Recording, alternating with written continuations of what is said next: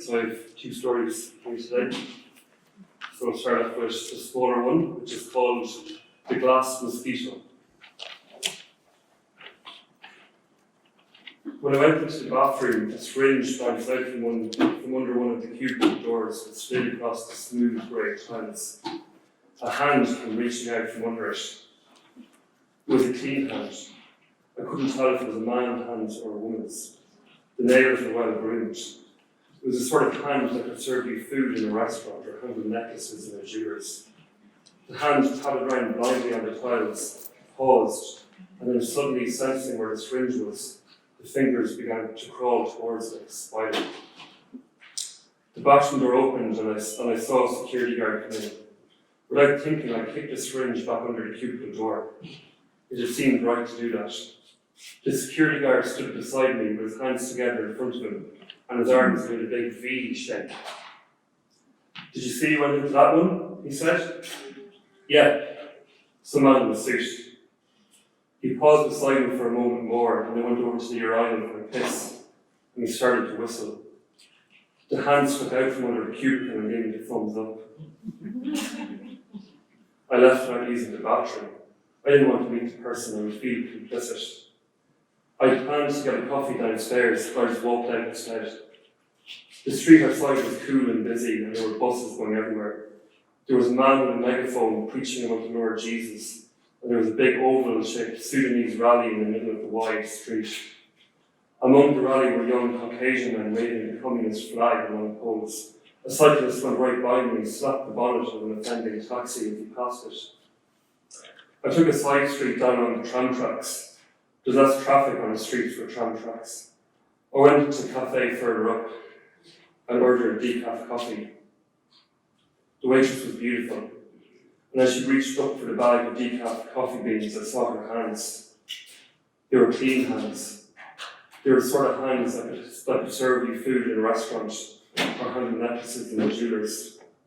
They were the sort of hands that could pick up a syringe.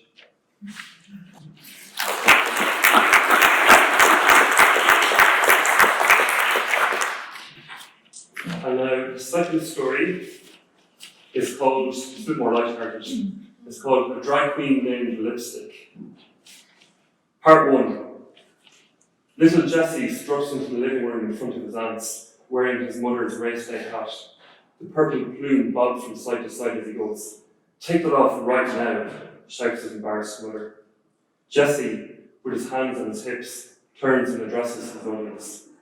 She's only angry because she knows it looks way better on me. Everybody starts laughing. His mother's furious. Then he walks over to the back door like an actor leaving the stage and adds, "Besides, Mother always says I should wear a hat outdoors," before disappearing out into the sunshine. Part 2. He hears footsteps coming up the stairs and panics. He stands petrified on a stool beside his mother's dressing table, a tube of lipstick between his fingers. "She's coming." He jumps off the stool and runs into her own suite. "Is that you, Jesse?" his mother calls out. With tissue paper held to his nose, he runs out past her to the other bathroom at the end of the hall. "It's just a nosebleed," he yells. The door now locked, he lowers the tissue and looks in the mirror. His face is smudged with red as though he's just eaten spaghetti bolognese. His mother stands worriedly by the dressing table.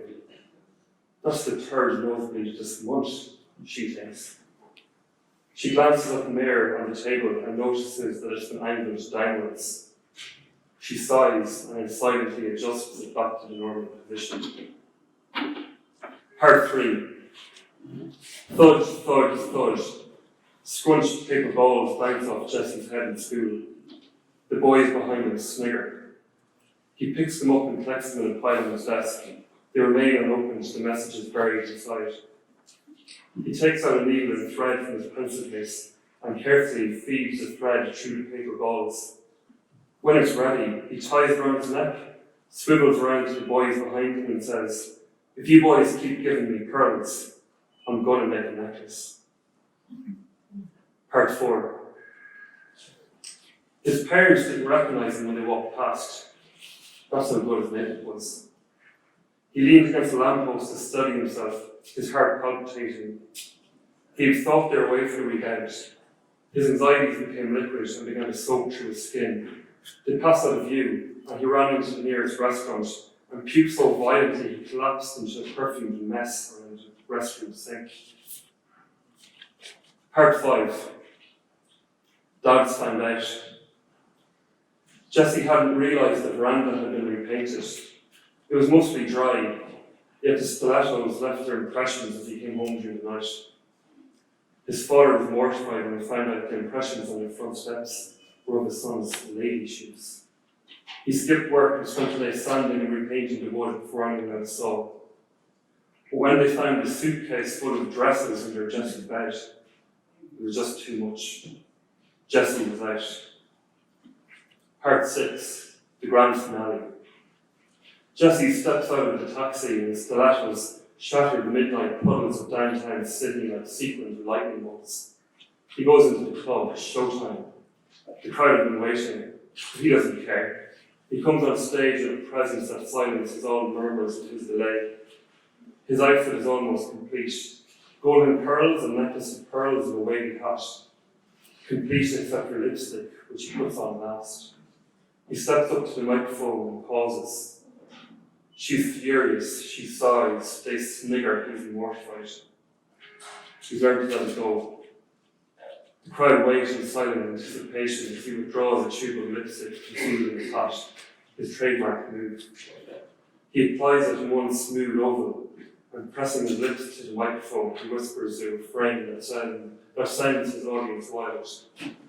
If you boys keep giving me pearls, I'm going to make a necklace.